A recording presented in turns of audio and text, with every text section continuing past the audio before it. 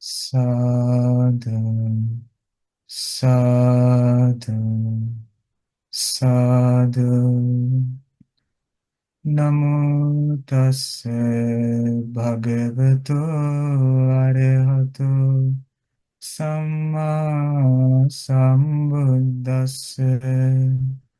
Namo tassa bhagavato arahato samma sambuddhassa. Namo tassa bhagavato arahato samma sambuddhassa. Homage to the Blessed One, the Worthy One, the Supremely Enlightened One. Homage to the Blessed One, the Worthy One, the Supremely Enlightened One. Homage to the Blessed One, the Worthy One, the Supremely Enlightened One. Sadhu, sadhu, sadhu.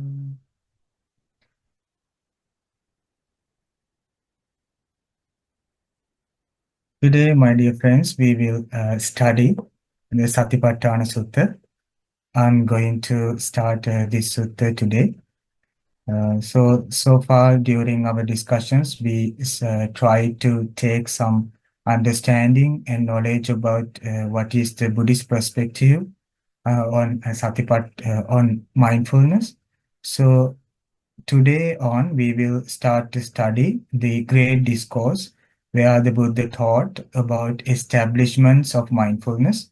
So we will go little by little because it can be difficult for us to understand because we have a limited like terms in English to express the real meaning what the Buddha intended. So let's give it a try, friends. So I will gonna connect some of the other background suttas to this discussion in order to explain according to the Buddha's own way. So let's go on. Let's move. So this is how, my friends, this sutta teaching, the Buddha's teaching on mindfulness, it starts. So I have also included the Pali language together with its direct translation. So this is how it starts. Evam me sutang. Thus have I heard. Ekang samayang bhagava kurusu viharati kammasa dhammam nama kuruna nigamu. At one time, the Buddha was staying in the land of the Kurus near the Kuru town named Kammasa Dhamma. Okay. So you might have heard, or maybe you might read on the Buddha's like Buddha's spoken words in the suttas that you might have seen that this phrase, all the suttas starts by saying, "Thus have I heard," or "So I have heard." So it was said by the attendant monk, the Bhante Ananda, who that served the Buddha during Buddha's lifetime. He was the attendant to the Buddha. So he looked after the Buddha with much respect and compassion and loving kindness. So he is the one who collected all these teachings Buddha spoken into his memory. And as soon the Buddha passed away, so because they had like the recitation and remembering way of communication, so after the Buddha's passing away, so this Bhante spoken these teachings, recited these teachings to the entire community of monks, and that's how they remembered it and they collected it. So Venerable Ananda is said to have played a crucial role in the first Buddhist council, where the suttas were recited and compiled. So this praise, thus have I heard, shows that Ananda was Bhante was faithfully recounting what he heard directly from the Buddha. So that's why in every teaching, there is this phrase saying, Evam me suttam, that thus have I heard, which means that's how I heard in front of the Buddha this is specific teaching.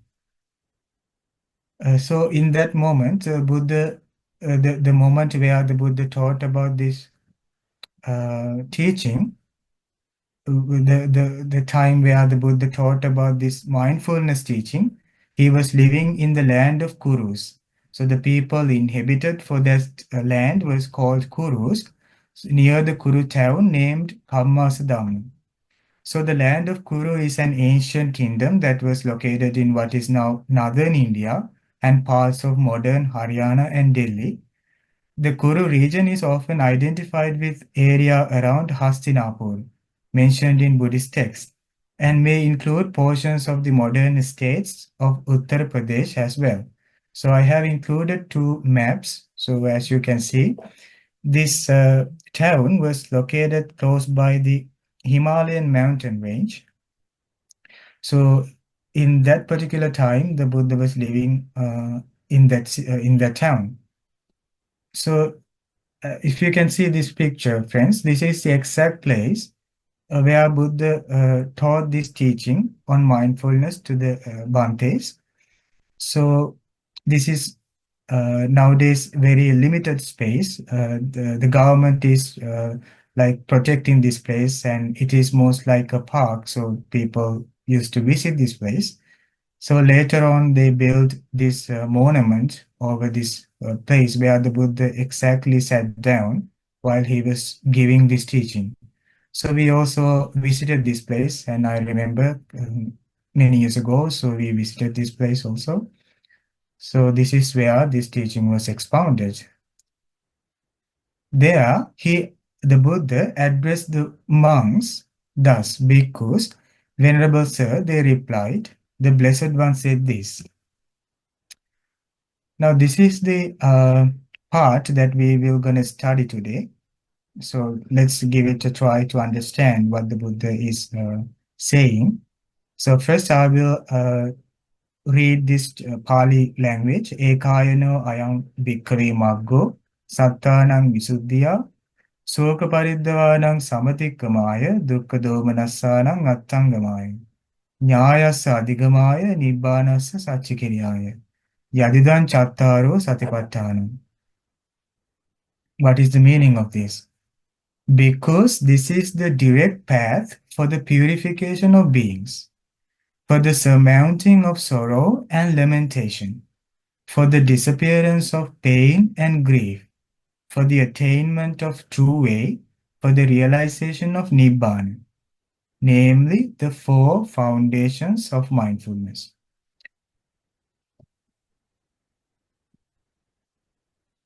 Let's take one by one. Ekayano ayam bhikkhave maggo sattanang visuddhya. This is the direct path for the purification of beings. What is that path? The four establishments, four foundations of mindfulness. Or sometimes we say four establishments of mindfulness. That is where that we continuously establish our mindfulness. So the four are our body, feelings, mind, and mental objects. So we explain and we study these things in our future sessions. So let's see. Now here Buddha said, this is the direct path for the purification of beings. What exactly the purification? Do we really need to purify ourselves? What's wrong with us? Is there any impurities in us?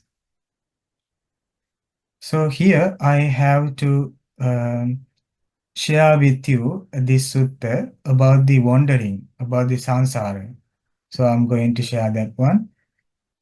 Why we need purification. In order to understand this concept, we need to touch this teaching, this specific teaching, because this samsara means wandering, wandering in the journey of vicious cycle of rebirth. Samsara, wandering, is without discoverable beginning. A first point is not discerned of beings roaming and wandering on. hindered by ignorance and fettered by craving. Now Buddha give a simile to understand this. Suppose monks, a man would cut up whatever grass, the sticks, branches, and foliage there are in this Jambudipa, which means this world, and collect them together into a single heap. So that man collect all the vegetation in the world, cut off them into small pieces, and put it to a up until to he make a heap of that grass, sticks, branches, and foliage. Having done so, he would put them down, saying for each one, "This is my mother, this is my mother's mother." So he separate one by one, he count one part by saying, "This part of this grass is my mother, and the next part is my mother's mother, which means grandmother." And again, he take another part and say, "This is my grandmother's mother, and that mother's mother." Now, when it comes to this lineage of our past, our lineage of our mothers, there is no end for that. So we cannot find where this started. So it goes so much to the past. The sequence of that man's mothers and grandmothers would not come to an end. Yet the grass, wood, branches, and foliage in this Jambudipa, in this world, would be used up and exhausted. So entire vegetation will gonna end, but the mother's lineage would not end of that one single person. For what reason? Because monks, this samsara is without discoverable beginning. There is no starting point that is discerned for the beings in this circle, so they can see it. For such a long time, monks, you have experienced suffering, anguish, and disaster, and swelled the cemetery. It is enough to experience revulsion towards all formations, enough to become dispassionate towards them, enough to be liberated from them. So normally Buddha, before he teach the solution for the suffering, he show up as the suffering. This is the part that you have to suffer. So this is why you need to get a solution for that. So that is the Buddha's approach to the suffering. So mostly Buddha say the purpose for the suffering, the thing that you need to do to the suffering is to understand it, because we cannot escape, like run away from suffering unless we understand it. So what we need is to get a clear knowledge and comprehension about the suffering. That's how we can face to the suffering. So we need to get a clear knowledge what exactly is suffering. So now I'm going to share with you another sutta called Tears Sutta, Asa Sutta. For a long time, monks, you have experienced the death of a mother, the death of a father, death of a brother, death of a sister, death of a son, death of a daughter, the loss of relatives, the loss of wealth, loss through illness. As we can see nowadays, because of the wars or maybe like climatic disasters, people misplace, so they might like um, separate from their loved ones and their loved things. As you have experienced this in your previous lives, weeping and wailing because of being united with the disagreeable and separated from the agreeable, the stream of tears that you have shed is more than the water in the four great oceans. For such a long time, monks, you have experienced suffering, anguish, and disaster. Swell the cemetery. It is enough to experience revulsion towards all formations, enough to become dispassionate towards them, enough to be liberated from them. Buddha said this is the rare yet great opportunity for you to establish mindfulness, and you can practice Noble Eightfold Path, so then you can enter to the Nibbana, where that you reach to the sanctuary, so that you don't have such a wandering in the samsara. So where I'm going to take you, it is to the place where Buddha speak about this purification. Why one had to wander in the samsara is because of the uh, not being able to purify one's own mind. That is why the beings are wandering in the samsara. There is another sutta by the Buddha. He say about the leash, a leash sutta. So Buddha say like this: you should regularly check your own mind. For a long time, this mind has been corrupted by greed, hate, and delusion. Sentient beings are corrupted because the mind is corrupted. Sentient beings are purified because the mind is purified. Mind becomes corrupted because of the greed, hate, and delusion. But when abandon greed, hate, delusion, so they become purified. So the reason why beings are impure is because of these mental states. And this is also the motivation for the beings to wander in this vicious cycle of samsara. So beings are born again into different lives is because of these impurities of the mind. The corrupted mind takes them, takes us. But if we be able to purify the mind from this greed, hate, delusion through the establishments of mindfulness, we can cleanse our life and our mind.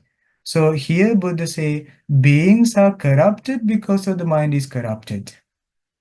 So when the one hold a mind which is filled with corruptions, like such as greed, hate, delusion, so that person's actions also becomes corrupt. So that's why beings are wandering in the samsara. So if we look at ourselves, right now we have these mental defilements. But what comes for us again and again is suffering. So Buddha say the times that one cried, if we take, let's say, if somebody were to leave us in this very life, so when we cry, we might collect some tears. Let's say, for an example, we collect the tears, but when we compare it to the ocean, it's very little. We cannot even compare that. We can get a specific like measurement how much there is in the ocean. So Buddha say in that same way, because of not being able to develop mindfulness, not being able to understand this nibbana, so we had to wander in the samsara. So again and again, a person meet with that suffering. So let's go back to the sutta, the Satipatthana Sutta. Soka paridhavana samatikkamaya dukkha domanassanam attangamaya. So that this mindful training is because for a person to purify their life, for the purification of beings, and also for surmounting of sorrow, lamentation, for the disappearance of pain and grief. This practice takes us to abandon sorrow, lamentation, and disappearance of pain and grief. So in another sutta, so there is the answer for this question. Is there a result of suffering? So when we experience pain, when we experience grief, and when we weep and lament because of something that we lost, so is there a result with that? If we keep uh, having this suffering without finding it a solution, if we keep it suppressing, if we try to close it, is there a result of that? Will there going to be a result, a fruit by having a suffering in our lives? Here, Buddha says, someone overcome by suffering with a mind obsessed by it, sorrows, languishes, and laments. He weeps, beating his breast, and becomes confused. So that's something which happened to us when we experience pain. There are some pains that it's very difficult to bear. Sometimes there are pains like we cannot um, like bear that. It's so hard. So we feel like it is the biggest problem we have. Sometimes when the people have this uh, pain, they show that by you might have heard, like you might have seen, like people like beat their chest and weep. Sometimes they crawl, and sometimes they cry, or like all of a sudden. So they become confused because of that mind obsessed by this pain. That is one thing happens when there is suffering. And or else overcome by suffering with the mind obsessed by it, he embarks upon a search outside. That person when else either they will be confused with that pain, it is the result of that pain, or else they might embark upon search for outside. They will run outside for searching a solution by saying, who knows one or two words for putting an end to this suffering. I have met some people who their loved ones passed away, so they used to cry and they ask for me sometimes, like whether there are teachings taught by the Buddha uh, to to overcome my pain. Could you please tell me anything? Like, do you have anything like Buddha said to overcome my pain? So this is another extreme, another approach that people choose to do when they get suffering.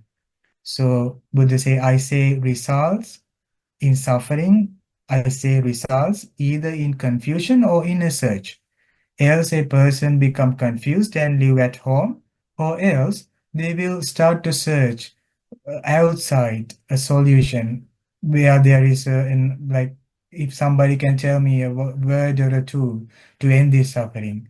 So this is the result of suffering when we keep on suffering, when we separate from others, so we might experience this.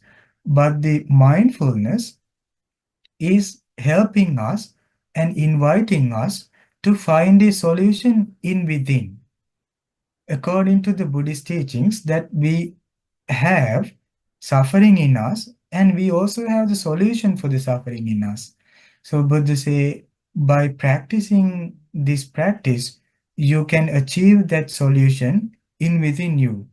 So we don't need to like run here and there or live with confusion if we don't have a solution for our suffering. Why? Because it lies in within us.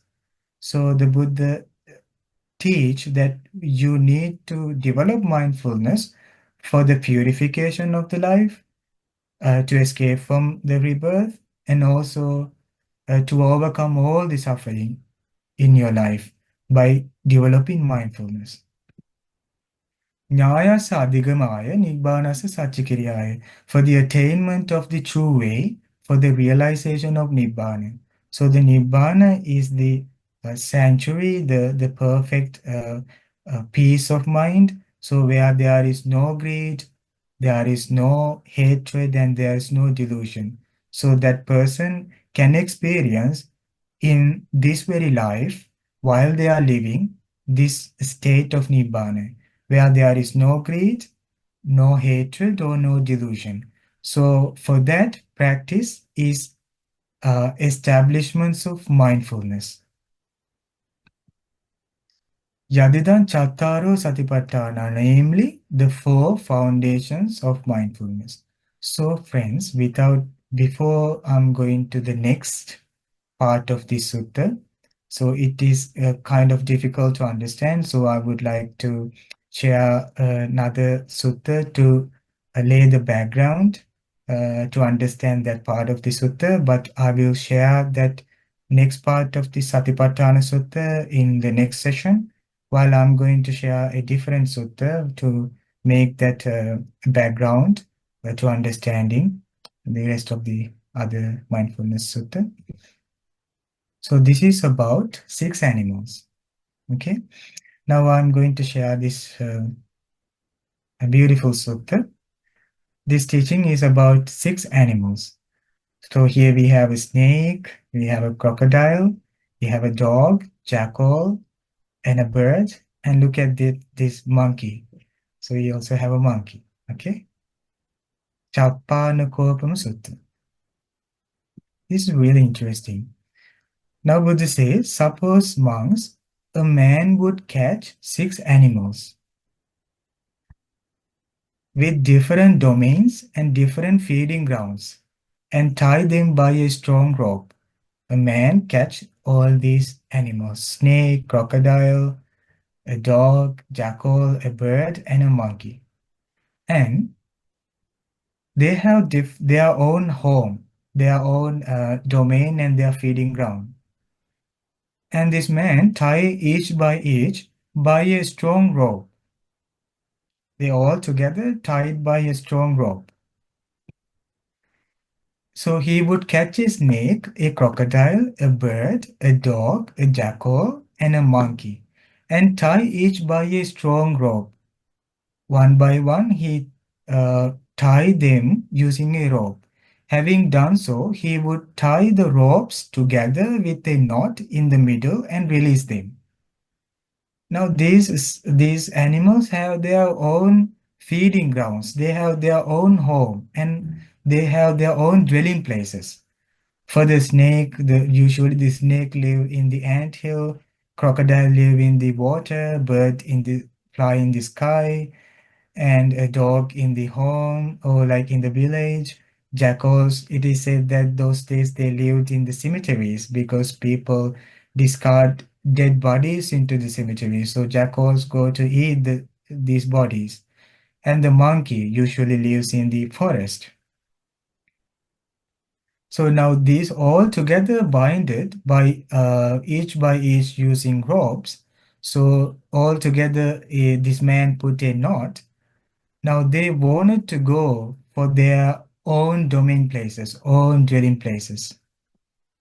Then those six animals with different domains and different feeding grounds would each pull in the direction of its own feeding ground.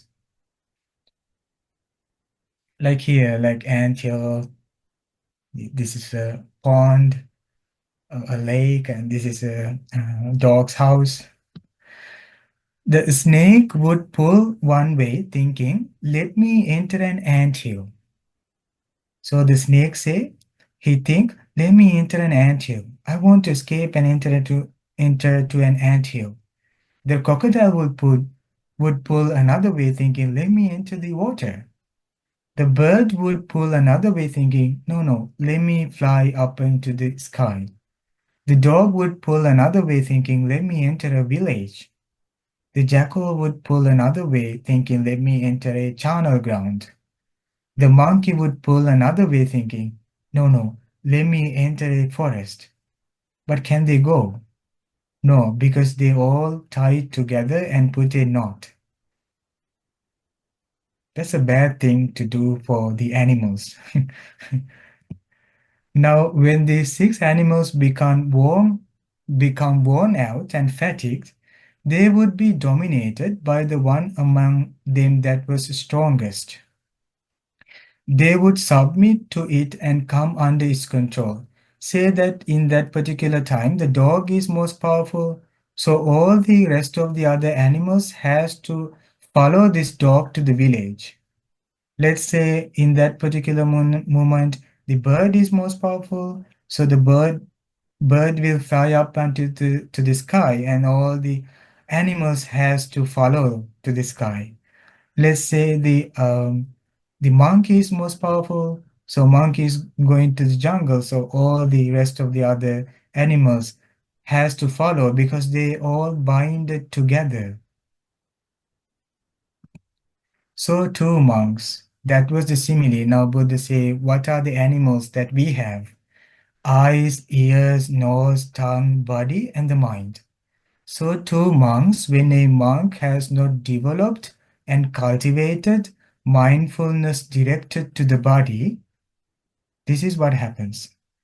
The eye pulls in the direction of agreeable forms, We have sights that we see through our eye, which is so much agreeable, attractive. So our eyes start to chase the sight. And if there is a unattractive sight, a disagreeable form, we become repulsive. We become repel with that sight. Let's say we see a friend or maybe an attractive person. Our eyes start to chase to that sight. And if we see an enemy or a person looking at angrily, we become repel with that.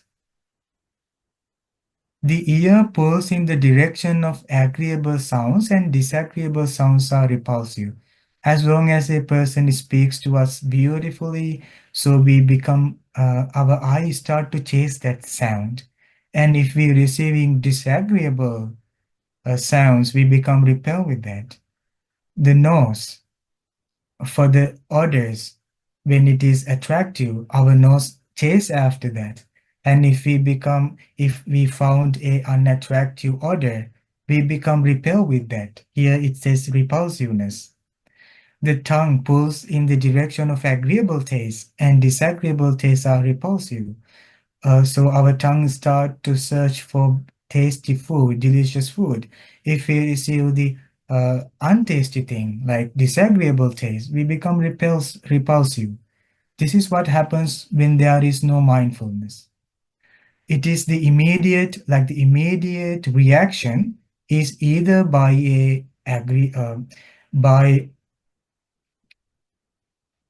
like chasing after it or repelling by it. We become else.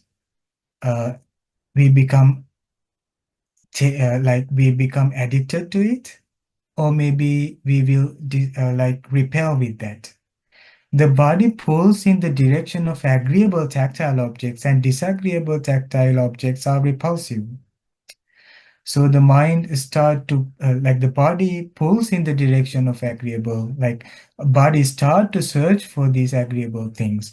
And when the body meets disagreeable thing, like unattractive thing, so it become resist. This is the immediate reaction where there is no mindfulness. Not only the body, but the mind is also acting like a sense door. So the mind pulls in the direction of agreeable mental thoughts, mental phenomena, and disagreeable mental phenomena become repulsive. We become resist with, like we become repelled with that unpleasant thoughts, and we become addicted to the pleasant thoughts. So mind start to like search for these things. So, according to this sutta, it is like these animals are chasing after their domains, after their dwelling places. They are like uh, feeding grounds. So our eye, ear, nose, tongue, body, mind start to chase after these sight, sound, smell, taste, touch, and mental phenomena, mental thoughts. So as long as we receive agreeable things through these like senses, such as agreeable sights and sounds, we become like we become addicted to it. We become agreeable with that. Our mind become chase after that. But when we receive the disagreeable thing, we become repel with that. So this is the nature of the mind where there is no mindfulness. So here Buddha said, when there is no mindfulness, um, these senses chasing after the agreeable things and repel from the disagreeable things when there's no mindfulness. Suppose monks, a man would catch 6 animals with the different domains and different feeding grounds and tie them by a strong rope. Having done so, he would bind them to a strong post or pillar, like the one that you see here inside of the slideshow. So there is a deep-rooted pillar. So this man would catch all these animals and tie them as usual in the like the previous story. So he catch all these animals and tie them by each rope and put a knot in together with them. But this time he bind all these animals with that knot into a post. Then those animals, the nature of the animals is like it always wanted to go to their dwelling places. Then those six animals would each pull in the direction of its own feeding ground and domain. So the snake say, I want to go to ant hill. The dog say, I wanted to go to the village. I wanted to go to the crocodile say, I want to go to the lake. And wolf say, I want to go to the charnel ground. And the bird say, I wanted to fly. And this monkey say, I want to go to the forest. But when these six animals becomes worn out and fatigued, they would stand close to that post or pillar. They would sit down there, they would lie down there. Why? Because they all together binded to this strong post. They can't go from that post. So too, monks, when a monk has developed and cultivated mindfulness directed to the body, such as to our breathing, to our movements of the body, there are like sensations in our body. If we can develop such a meditation and direct our mindfulness to our body, the eye does not pull in the direction agreeable forms, nor are disagreeable forms are repulsive. I will not start to chase after the sight, agreeable sights, and disagreeable sights. The mind will not be repulsive with that. Ear will not go chase after the sounds, agreeable sounds, and the disagreeable sounds will not be repulsive. He will not repel from that disagreeable sound. So as the smell, taste, touch, and even for the thoughts, like the monkey is wandering in the forest, like wanting to take all the animals to the forest. So the mind wanted to go to and take our life to the so many distractive thoughts. But if we were to develop mindfulness, if we train mindfulness, it is like we are binding the animals into a post. We are binding all our senses into our body. If we really good at doing breathing meditation, let's say we spend with that stillness for, let's say, um, for 15 or 20 minutes. So when if we do it correctly and if we have the fortune to do it correctly, so when we stop that, when we go to our ordinary life, our mind has much more space than previously, than without mindfulness. Usually, without mindfulness is what we have like fight or flight mode. So we are like robots, like we give like automatic like decisions and we react to these sides, whether it's agreeable or disagreeable. We become reactive for these things without having a proper judgment. So we don't have any space in us. We feel like that when we don't have mindfulness. But when we develop mindfulness, if we can train that, if we can direct it to our body, so the mind always live with us. So we have more space with ourselves and with the world that we are interacting with. So strong post or pillar, this monks is a designation for mindfulness directed to the body. So please, for the as a preparation for our next session, please, my friends, remember this fact that when we focus our mindfulness to a specific object, what we should experience is the space in us that we don't react for the agreeable side in a kind of a way chasing after it, and we don't react to the disagreeable side in a way by repulsive or repel with that. So this is the nature of the mindfulness. That's how we experience that in our regular life. If we were to develop mindfulness, our senses will stay with us. So it will not take us to a different domains. It will not take us to a different destinations. We will not be so much distracted. That's what we want. So, yes, my friends, this is the teaching for today. Thank you so much. Sadhu, sadhu, sadhu.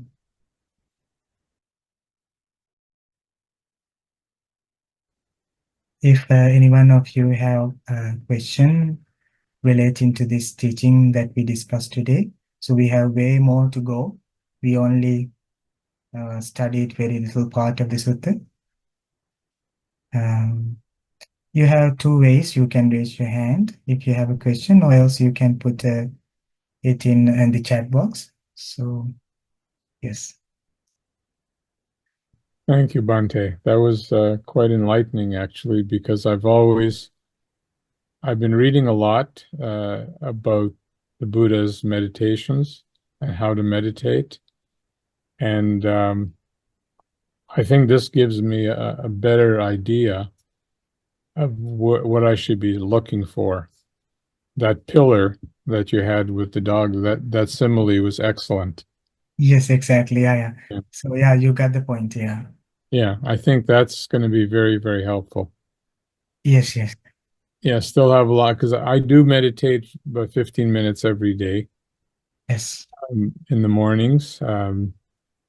And I'm sometimes I think about, am I doing it?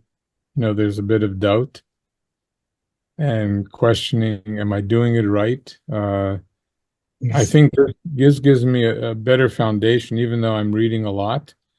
yes. What you presented from the Buddha's teachings today is a lot more helpful than everything I've read so far. Yeah, yes. Um, yeah. While I was preparing for this sutta, actually, I came up with this idea where that Buddhist said that you have all the uh, solution for all your questions inside. So what we need, I mean, like, no, actually, so what we need is to overcome suffering, isn't it? Like what we need is to deal with the pain what we receive. So for that pain, so we have solutions in us. As long as we investigate, we can find, like, let's say even for the that doubt. So let's say that doubt is arising again and again. So the solution is in within us, so we can find it. So because this teaching takes us to the reality, as long as we reach to the reality, that is truth. So Mhm. we can find the solution for that. But this mind has the imagination of like questions again and again and formulating so many doubts. Is this the correct way? Am I doing it correctly? Yes, but what we need is to stick with the teaching and start doing that. Mhm. Yeah. I also started watching on YouTube from number one. I'm watching all of them and I'm starting to take notes as well because I missed a bunch of them at the beginning. I've only been here for about 3 months, 3 or 4 months. So I Ye- started with with your teaching of the Yes, Buddhist teaching on yes, YouTube, and that's very helpful that it's there. And I mhm, know this one will be there tomorrow probably as well. yes. So you can go back and listen to it again and deeper understanding of it. Yes, again, my friend, I would highly encourage you if you can find the specific sutta. So I usually put the sutta number. So Hmm. find it and read it for yourself. Yeah. So yeah, this is only my way of like understanding, but there might be any other like ways, the angles that you can enter to this teaching. Hmm. So and again, I have a barrier with like communication, like from the language, but if you can find it for yourself, so it almost always need a reflection from our side. So it Hmm. takes time to like crystallize these concepts. But as the time goes by, you will be able to understand these teachings. Yeah, is the best place to go is Sutta Central? To Exactly, find, yeah. yeah, So that's where to go. Okay. yeah, yeah. Because Still, there are yeah, sometimes like even in the Sutta Central Forum, there are so many like doubts people have that they are sharing, like the questions that they have. Mhm, So one we should not like doubt all the teachings, but what we need is to we learn and we reflect. We try to understand from ourselves. mhm. Yes. Thank you. Yes, ma'am. Question about the sutras. What exactly are the sutras? Are those their stories, teachings? Suttas are exact words Buddha spoken. Oh, right. Got it. It Okay.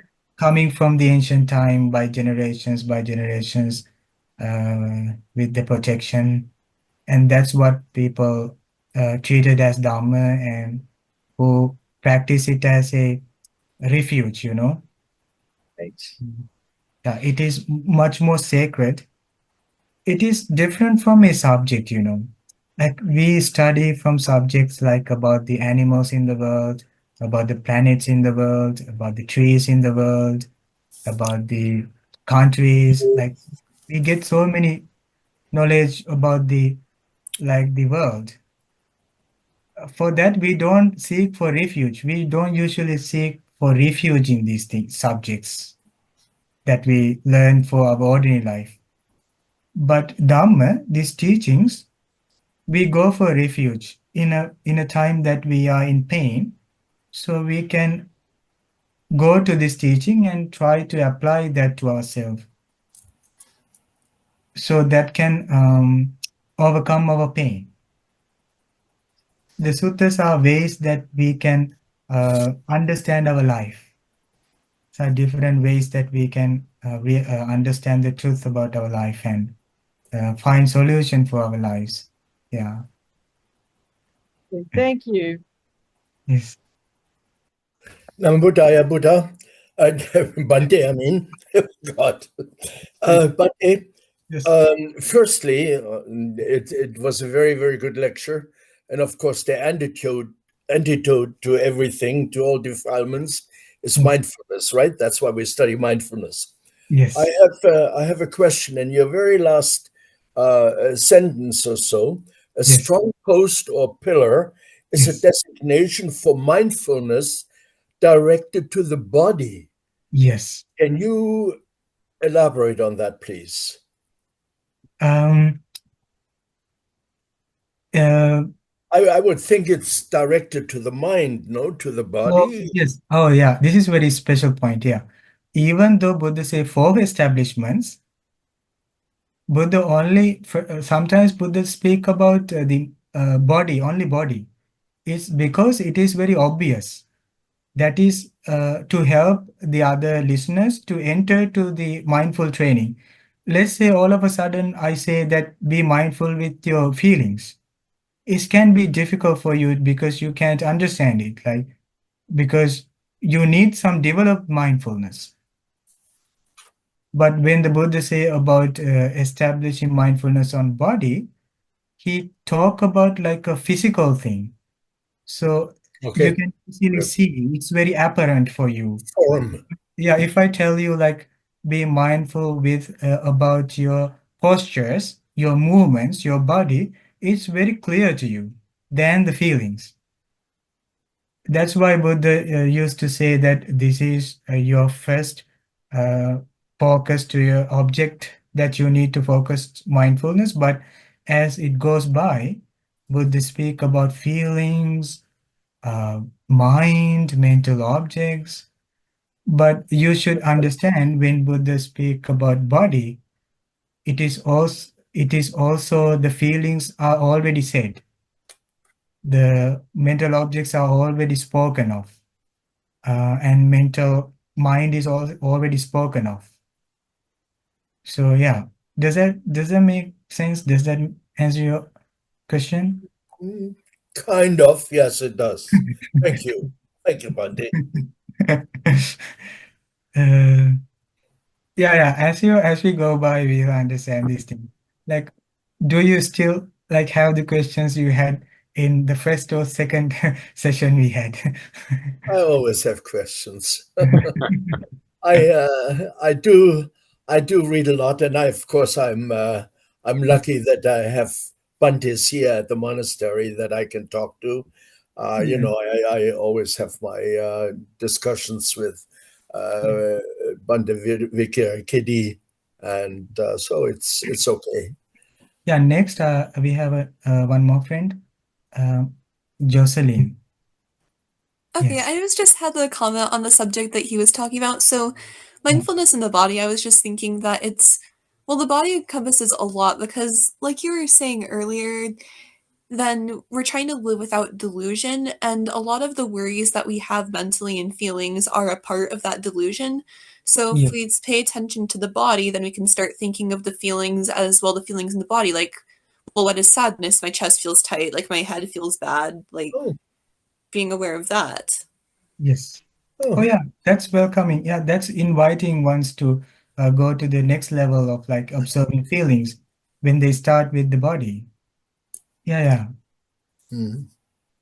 Yes. Yes. Because what brings the mindfulness, as we learned in our previous session, was the clarity. As long as there is clarity and we have space in us, we have much more possibility to focus to the objects in the mind, objects as body, feelings, mental objects, and mind. So we can easily do that because of that foundation. Like we have such a space that easily observe these phenomena arising in the mind. Uh, yeah, we are now talking about a dimension, like a metaphysical dimension uh, that we haven't much experience. Right. These are limited to the words, but we have to experiment with us. So go ahead, don't block yourself. Just try to like the most important thing is the practice, like 90% or maybe 99% is mindfulness, like the practice. Very little is the discussions. So yeah, why don't you join with us for a retreat? I'm just kidding. No, Buddhaya Bante. Thank you for the Dhamma Desana. Daya? Uh, so Bante, so to start off, is it advisable in that sense to start with uh, Kayanupasana, like the mindfulness connected to the body first, and then go with feelings, or is there a sequence, or it's just to be practiced in the way Actually, things arise in the body or in the mind? Because to uh, Manfred's and others' points, that understanding and realizing that, okay, you are feeling a certain feeling and distinguishing it and observing it and letting go of it is so difficult, because you just uh, kind of get into that mode, and then you just swept by that feeling, right? So yes. is it a good starting point to start with mind or body? Yeah, it is good starting point, but the Buddha doesn't say about a sequence. Like first you should establish mindfulness to the body next to the feelings.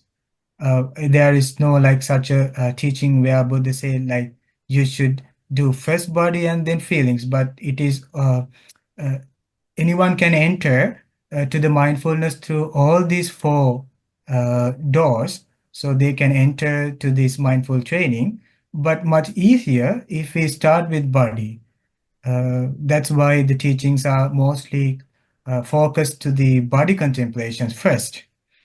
uh, Again, for the next question that you said, like even when we are going to observe our feelings, we are carried away from that. Is also because that our mindfulness is not strength enough to observe the feeling. Now, here Mhm. the perspective of mindfulness is not just to observe, but to evaluate kind of a knowledge from the feeling, from the object. Mm-hmm. So we need to understand this feeling is impermanent.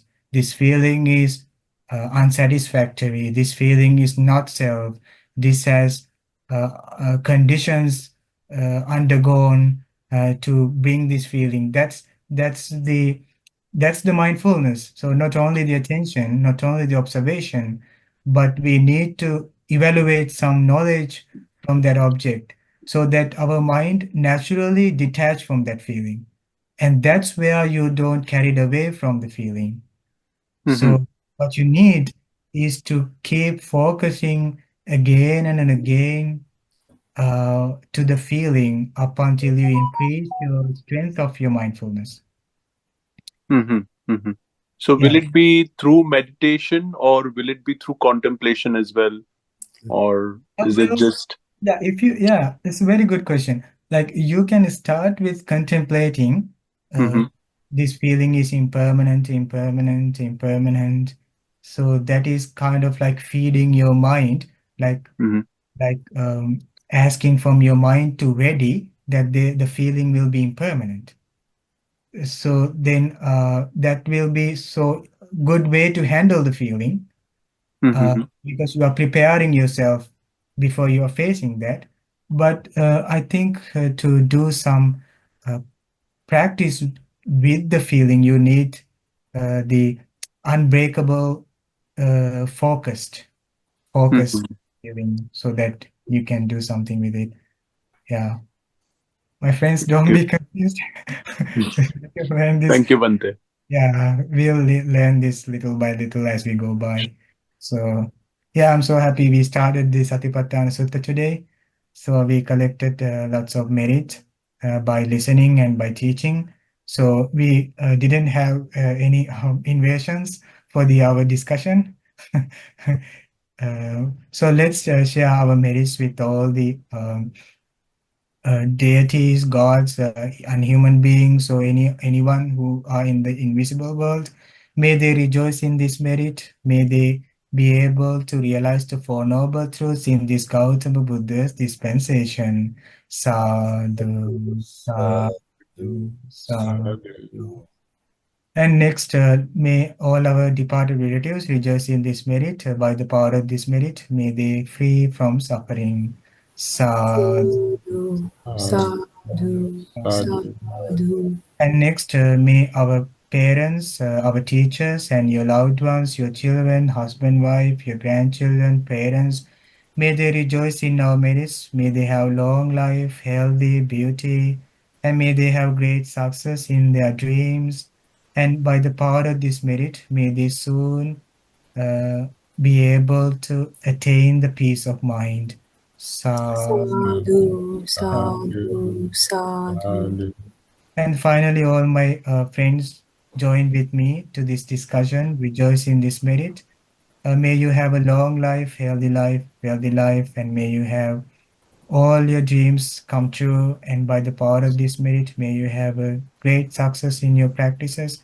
And finally, may you have the great opportunity to attain Nirvana in this very life. So, Sadhu, Sadhu, sadhu, sadhu, sadhu. sadhu.